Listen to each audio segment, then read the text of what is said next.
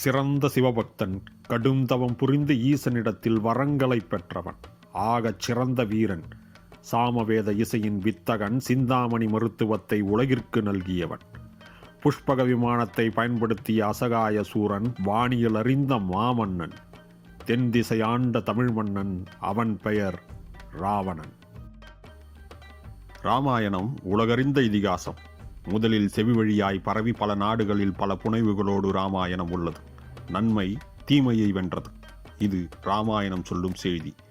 நீங்கள் உற்று நோக்கினால் இந்த நெறியை நிலைநிறுத்த அதிக அழுத்தமும் புனைவும் கொடுக்கப்பட்டுள்ளது ராமாயணத்தில். ராமாயணத்தில் எதிரெதிர் துருவங்களாக இருவர் உங்கள் முன் நிறுத்தப்படுகின்றனர்.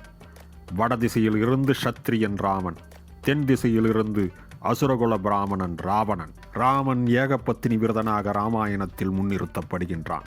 ராவணனோ காமுகனாய் பிறன்மனை நோக்குபவனாய் முன்னிறுத்தப்படுகின்றான்.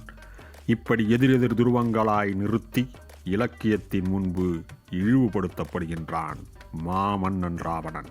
ராவணன் செழிப்போடு இலங்கையை ஆண்டவன். 10 கலைகளில் தேர்ச்சி பெற்ற வித்தகன்.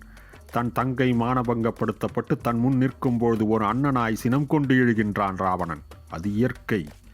அவனுக்காக அவனுடைய குடும்பமே உயிர் துறக்கிறது. ராமாயணத்தில் ஒரு காமுகனுக்காக ஒரு குடும்பம் உயிர் துறக்குமா? ராவணன் என்றால் பேருரிமை உடையவன், ஈடில்லா அழகுடையவன், கரிய நிறம் கொண்டவன் என்று பல அர்த்தங்கள் உண்டு. அவன் தங்கையை வதைத்தவர்களை பழிவாங்க ராவணன் ராமனின் மனைவி சீதையை சிறைப்பிடித்து கொண்டு வருகின்றான். எதிர்த்த ஜடாயுவை வெட்டி வீழ்த்தி சீதையை அசோகவனத்தில் காத்தான் ராவணன். சீதையின் விருப்பமின்றி அவளை இறுதி வரை ராவணன் தீண்டவில்லை. ராமன் உலகிற்கு சீதையின் கற்பின் புனிதத்தை காட்ட அவளை அக்னி பிரவேசம் செய்ய பணிக்கின்றான். உண்மையில் அங்கே ராமன் தோற்றான், சீதை வென்றான். தென் திசை வேந்தன் ராவணனும் வென்றான். சீதை தன் கற்பை நிலைநிறுத்த ராவணன் தனக்கிட்டு கொண்ட நெறியே காரணம். இலங்கையில் சிங்களவர் ராவணனை சிங்கள மன்னனாக கொண்டாடுகின்றனர். அவனை புனைவுபடுத்தி புத்தனாக மீண்டும் அவதரித்தான் என்கின்றனர். ராவனுடைய புஷ்பக விமானத்தை தேடி ஆய்வுகளை மேற்கொள்கின்றது சிங்கள அரசு. தமிழர்கள் முப்பாட்டன் ராவணன் என்று சொல்லும் பொழுது சிங்கள அரசு அவனை முற்றிலுமாய் சிங்கள மன்னனாய் நிலைநிறுத்தி ஆய்வுகளை செய்து கொண்டும் இருக்கின்றது.